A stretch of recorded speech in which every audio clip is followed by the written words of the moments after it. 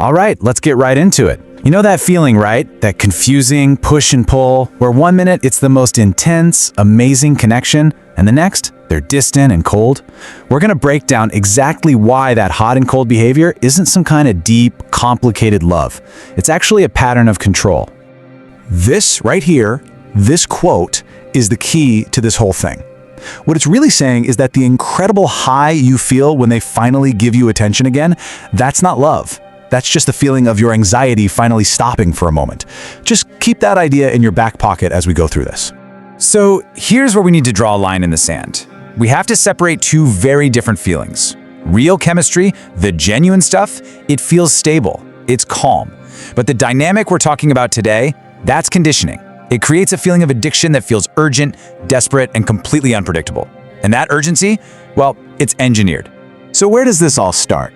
Well, it never starts with the chaos, right? It always kicks off with this feeling of absolute perfection. But as you're about to see, that perfect beginning is often carefully built. Think about it. That first phase is just overwhelming in the best way. It's this fire hose of attention and validation. You feel like you've finally been found, like you've been chosen. It feels so rare, so incredibly special. And that is exactly the point. Now here's what's really going on under the surface. While you're over here thinking you're forming this incredible bond, they're doing something else. They're studying you. They're literally collecting data on your insecurities, on what makes you happy, and most importantly, on what makes you chase them. It's less emotional and much more strategic than you think.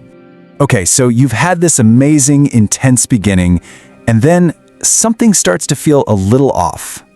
This is where the whole foundation of control gets laid. Not with some big fight, but with a quiet, really confusing change.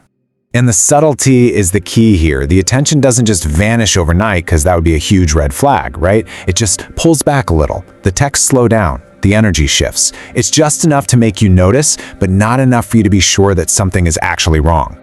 And boom, this is the intended result. That little question pops into your head.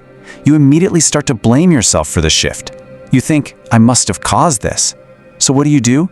You try harder. You reach out more. And just like that, you've stepped right into the loop that they created for you. So now we're at the engine of this entire thing. This isn't just about someone being moody.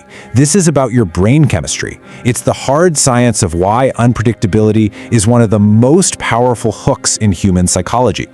This is the psychological principle in play. It's called intermittent reinforcement. And all it means is that when a reward, in this case their attention or affection, is given out at random, unpredictable times, the brain works way, way harder to get it. It's why the behavior just sticks around and feels impossible to walk away from. You want a perfect analogy? It's the exact same hook that makes slot machines addictive. You pull that lever not knowing if you're going to win. That uncertainty that maybe this time causes a massive dopamine spike in your brain. It keeps you glued to the machine, pulling that lever over and over and over again. And that brings us to this incredibly important idea. When they pull away, your anxiety skyrockets, right? So the chase, it isn't really for them. You're chasing relief from that awful, gnawing feeling of anxiety. And when they finally give you that little hit of attention again, the relief feels incredible. You know, this whole cycle isn't some harmless relationship dynamic. It has a real, tangible cost. Let's talk about how this constant uncertainty fundamentally changes you and turns what should be a connection into a performance. This is what that mental toll looks like. You're lying awake at night replaying every single conversation. You're analyzing the slightest change in their tone of voice. You're checking your phone constantly. Your entire sense of self-worth becomes tied to their consistency, and that is a game you are designed to lose. And ultimately, this is the biggest shift. Connection becomes a performance. You stop being yourself. You start acting in whatever way you think will get you that reward of their attention back. You're essentially auditioning for a role that you already had, just trying to get back to a stability that was an illusion to begin with. Okay, and this might be the most insidious part of the entire process. It's not just about what happens in that relationship. It's about how it literally rewires your nervous system for every relationship after. We have to learn the difference between intensity and depth. Intensity, fueled by this chaos, feels like a roller coaster. It's unstable, it's loud, it's full of drama. But true depth, that feels calm. it's quiet, it's consistent. It's about safety, not about a rush. And here's the trap that keeps people stuck for years. A healthy, unconditioned brain naturally wants calm. It wants safety. But a brain that's been conditioned by this hot and cold cycle, it starts to misinterpret that calm. It actually starts to feel boring because it's missing that addictive dopamine hit of uncertainty. Think about that. Your nervous system literally adapts to living in chaos.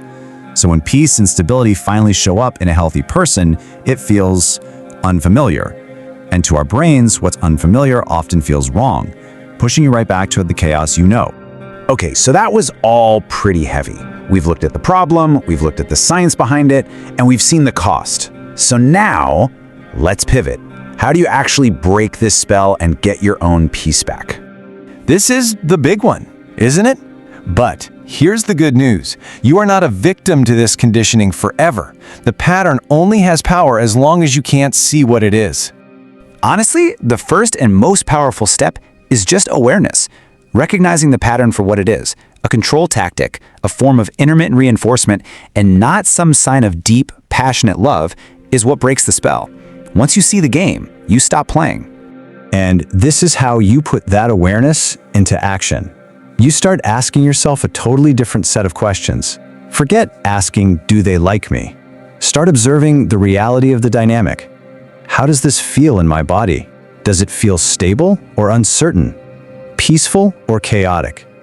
Am I truly connecting, or am I constantly adjusting myself to manage them?